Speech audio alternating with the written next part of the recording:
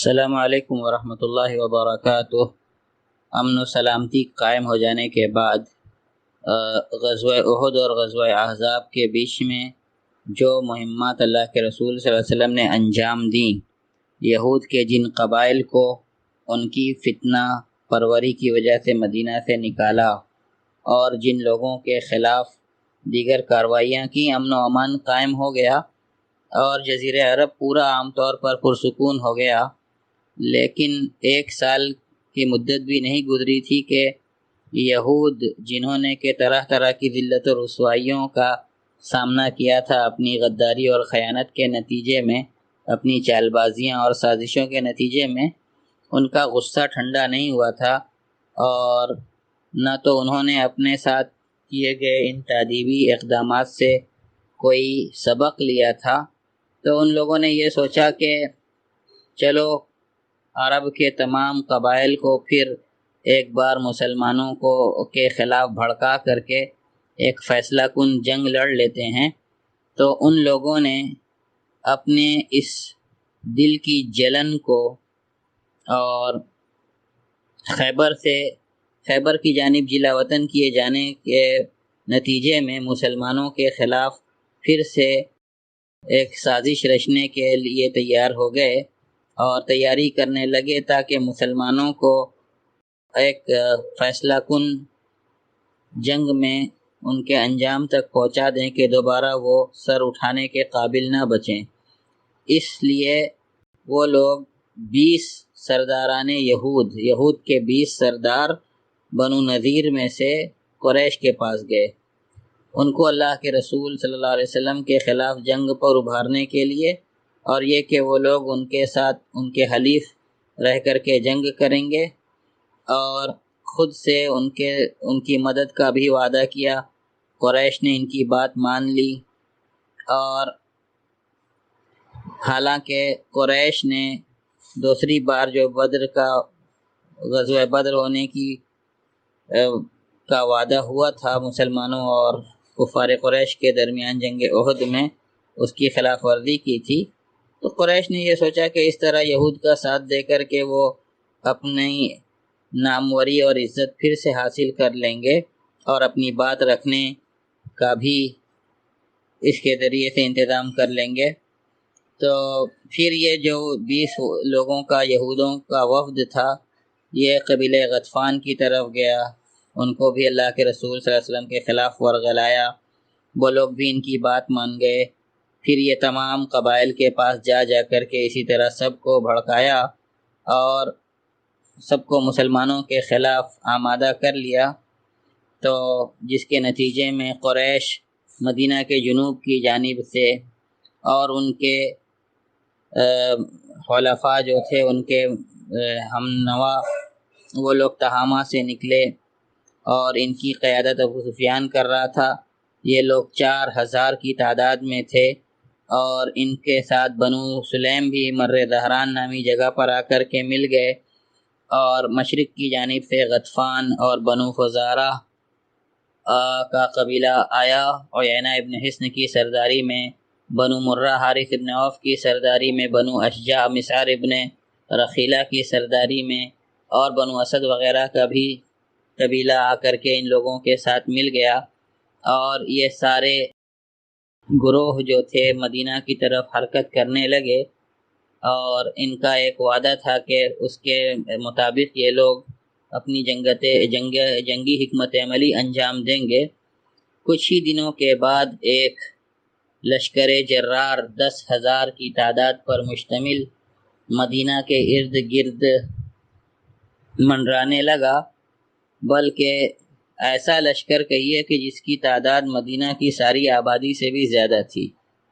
اگر بچوں، عورتوں، بوڑھوں سب کو ملا لیا جائے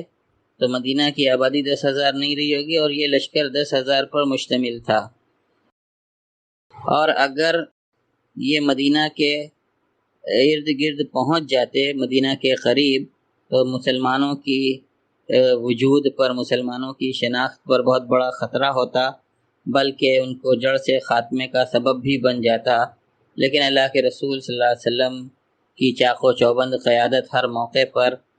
ہر خطرے کے لیے سب سے مستحکم اور بہتر انتظام کرتی چلی آ رہی تھی، تو مسلمانوں نے بھی حالات کا جائزہ لیا اور ہر آنے والی خبروں پر محتاط رہے، اور یہ لشکر ابھی مدینہ کی طرف حرکت بھی نہیں کر پایا تھا کہ مسلمانوں کے جاسوسوں نے آ کر کے اس لشکر کے مدینہ کی طرف بڑھنے کی خبر دے دی۔ اللہ کے رسول صلی اللہ علیہ وسلم نے جلدی سے ایک مشاورتی مجلس منعقد کی جس میں اس موضوع پر تبادلہ خیال ہوا، اور یہ طے پایا کہ سلمان فارسی رضی اللہ تعالیٰ عنہ کی رائے کے مطابق مدینہ کے ارد گرد خندق کھودی جائے، اور انہوں نے یہ مشورہ دیا تھا کہ جب ہم دشمنوں کا خوف کھاتے تھے اور ہمیں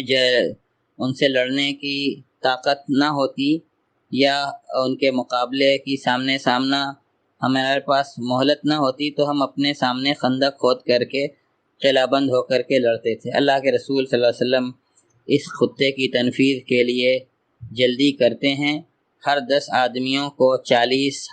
گز زمین میں خندق کھودنے کا مکلف کرتے ہیں۔ مسلمان پورے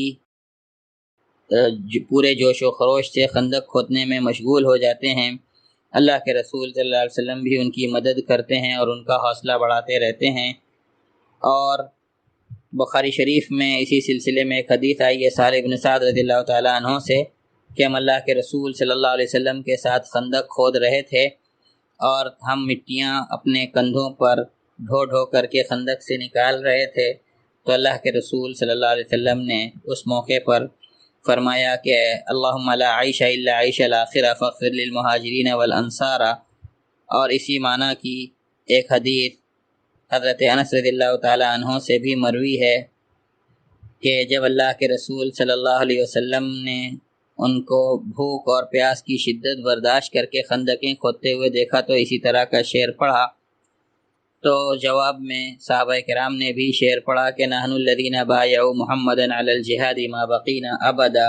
کہ ہم نے زندگی بھر محمد صلی اللہ علیہ وسلم سے یہ ساتھ جہاد کا وعدہ کیا ہے۔ اور اسی سلسلے میں براء ابن عازب رضی اللہ تعالیٰ عنہ کا قول ہے، کہتے ہیں کہ اللہ کے رسول صلی اللہ علیہ وسلم کو میں نے دیکھا کہ وہ خندق سے مٹی ڈھو رہے تھے، یہاں تک کہ گرد و غبار سے آپ کا پیٹ اٹ گیا تھا اور آپ کی جلد دکھائی نہیں دے رہی تھی، حالانکہ آپ کے جسم پر بہت سارے بال تھے، اور میں نے ان کو یہ رجزیہ کلمات کہتے ہوئے سنا جو عبداللہ ابن رواحہ کے تھے، اور مٹی اٹھاتے ہوئے وہ یہی پڑھ رہے تھے اللہم لولا انت مہتدینا ولا تصدقنا وما صلینا ولا صلینا فانزل السکینۃ علینا وثبت الاقدام ان لاقینا ان الاولی قد بغوا علینا وان ارادوا فتنۃ ابینا۔ اور پھر اس شعر کو بلند آواز سے پڑھتے اور آخری شعر کو ان الاولی قد بغوا علینا زور سے دہراتے، اور مسلمان اسی طرح پورے جوش و خروش کے ساتھ خندق کھودتے رہے، اور اہل خندق کھودنے والے صحابہ کو کھانے پینے کی بے حد تنگی کا سامنا تھا، کسی کو چلو بھر جو دی جاتی اور باسی بدبودار گھی میں اس کو پکایا جاتا اور قوم کے سامنے وہ رکھا جاتا، لوگ بھوکے ہوتے اور اس روٹی سے پرانے گھی کی بری بو آتی رہتی۔ ابو طلحہ رضی اللہ تعالیٰ عنہ فرماتے ہیں کہ ہم نے اللہ کے رسول صلی اللہ علیہ وسلم سے بھوک کی شکایت کی اور پیٹ کھول کر کے پیٹ پر بندھے ہوئے پتھر دکھائے، تو اللہ کے رسول صلی اللہ علیہ وسلم نے بھی اپنا پیٹ کھول کر کے دکھایا کہ میں نے 2 پتھر باندھ رکھے ہیں۔ اس موقع پر اللہ کے رسول صلی اللہ علیہ وسلم سے چند معجزات کا بھی ظہور ہوتا ہے۔ جابر بن عبداللہ رضی اللہ تعالیٰ عنہ نے اللہ کے رسول صلی اللہ علیہ وسلم کو شدید بھوک و پیاس کی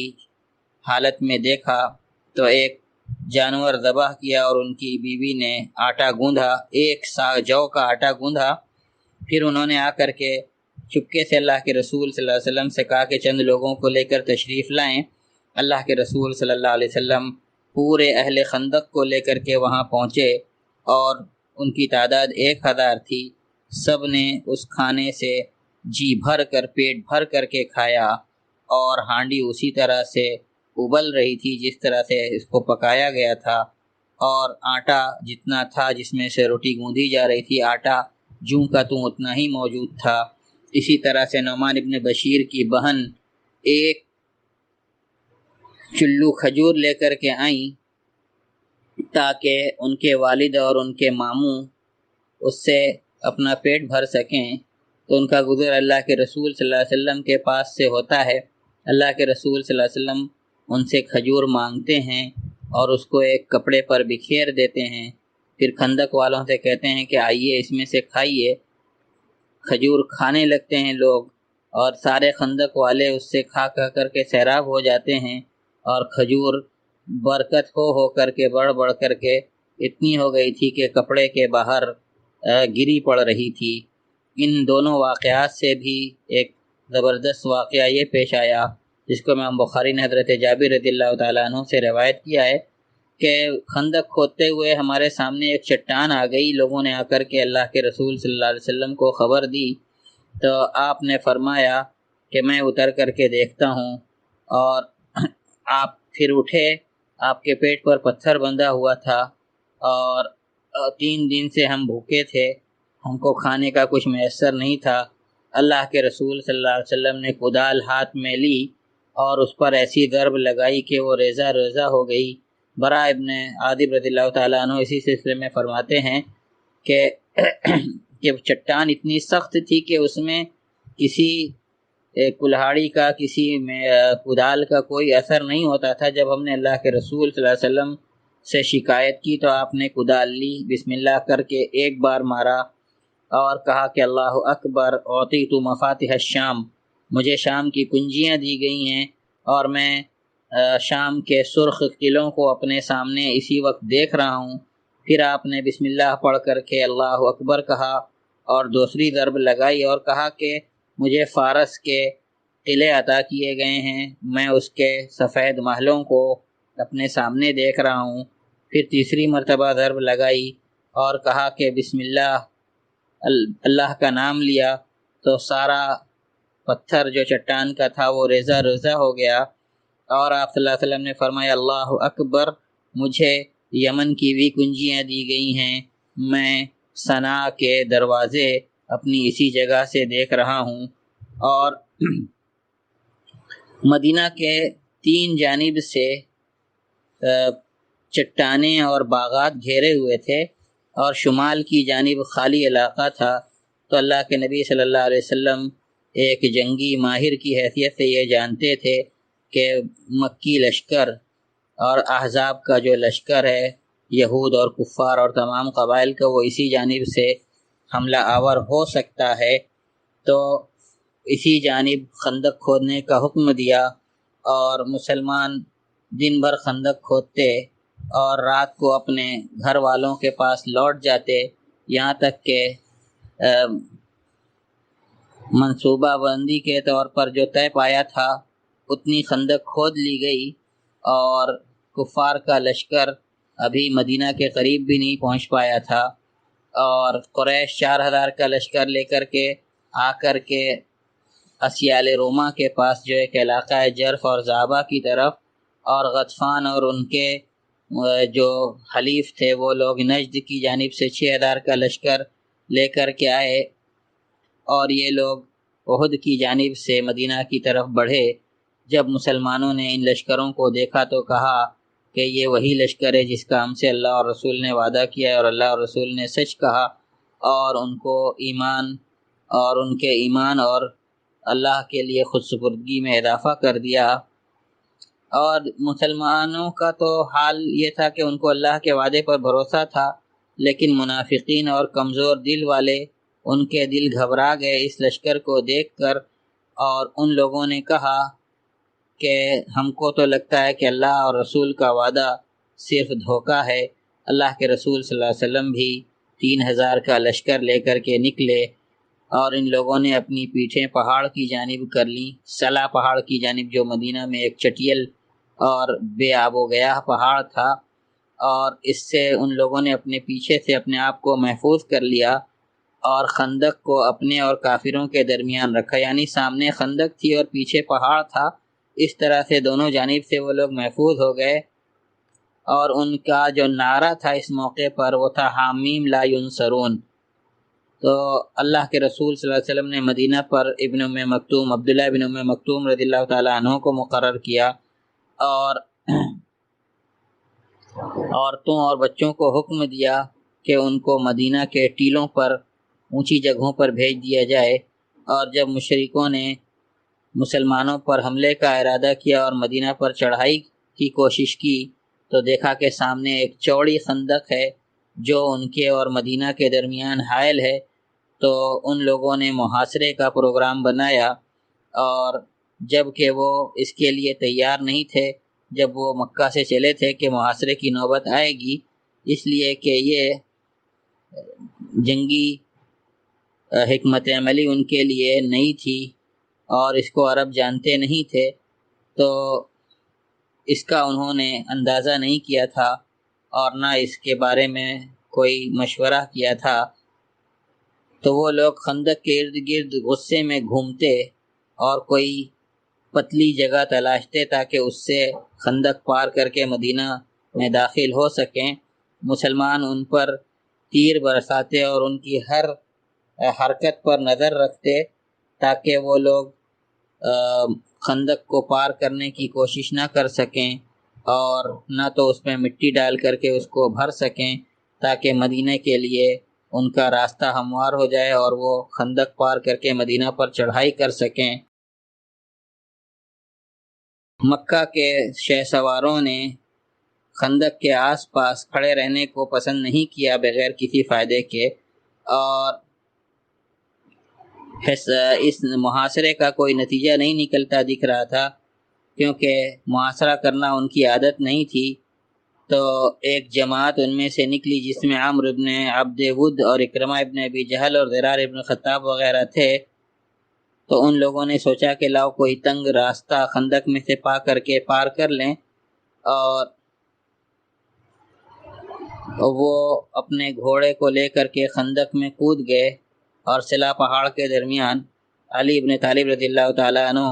مسلمانوں کے کچھ لوگوں کے ساتھ نکلے اور ان کو گرفتار کر لیا، اور اس پتلی جگہ کو بھی شناخت کر لیا جہاں سے ان لوگوں نے گھوڑے اتارے تھے۔ اور عمرو جو تھا عمرو ابن عبد ود اس نے مقابلے کی دعوت دی، علی رضی اللہ تعالیٰ عنہ اس کے سامنے گئے اور اس نے ایک ایسی بات کہی جس کی وجہ سے حضرت علی رضی اللہ تعالیٰ عنہ کو طیش آ گیا۔ حضرت علی رضی اللہ تعالیٰ عنہ نے اس سے ایک بات کہی جس سے اس کو غصہ آ گیا، اور وہ قریش کے بہادروں میں سے تھا، تو وہ اپنے گھوڑے سے اتر پڑا۔ تو حضرت علی رضی اللہ تعالیٰ عنہ نے اس پر حملہ کر دیا، یہاں تک کہ اس کو قتل کر ڈالا، اور باقی لوگ شکست کھا کر کے خندق سے بھاگ کر کے واپس کفار کے لشکر سے جا ملے، اور ان کو اس قدر رعب طاری ہو گیا تھا کہ اکرمہ نے اپنا بھالا بھی وہیں چھوڑ دیا، اور وہ بھی شکست کھا کر کے بھاگ نکلے۔ مشرکین نے کئی دنوں تک کوشش کی کہ خندق پار کر جائیں یا کوئی راستہ بنا کر کے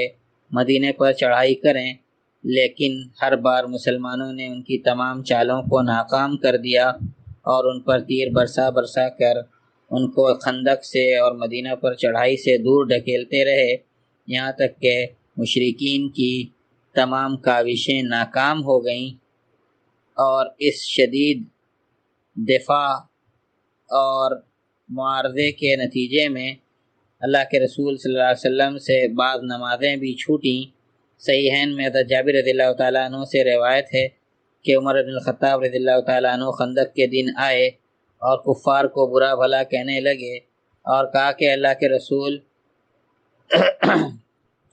آپ نماز نہیں پڑھ سکے عصر کی، یہاں تک کہ سورج ڈوبنے لگا تھا۔ تو نبی کریم صلی اللہ علیہ وسلم نے فرمایا کہ قسم اللہ کی میں نے بھی اس کو نہیں پڑھی ہے۔ تو اللہ کے رسول صلی اللہ علیہ وسلم کے ساتھ ہم لوگ ایک وادی میں اترے، اللہ کے رسول صلی اللہ علیہ وسلم وادی بطحان میں اترے، آپ صلی اللہ علیہ وسلم نے نماز پڑھی اور ہم نے اور عصر کی نماز پڑھی سورج ڈوبنے کے بعد، پھر آپ صلی اللہ علیہ وسلم نے اس کے بعد مغرب کی نماز ادا کی۔ یہ غزوہ احد کے ابتدائی حالات تھے جو آج بیان ہوئے۔ غزوے کا کس طرح سے سلسلہ چلتا ہے اور کیا انجام ہوتا ہے انشاءاللہ اگلے درس میں ہم لوگ سنیں گے۔ والسلام علیکم ورحمۃ اللہ وبرکاتہ۔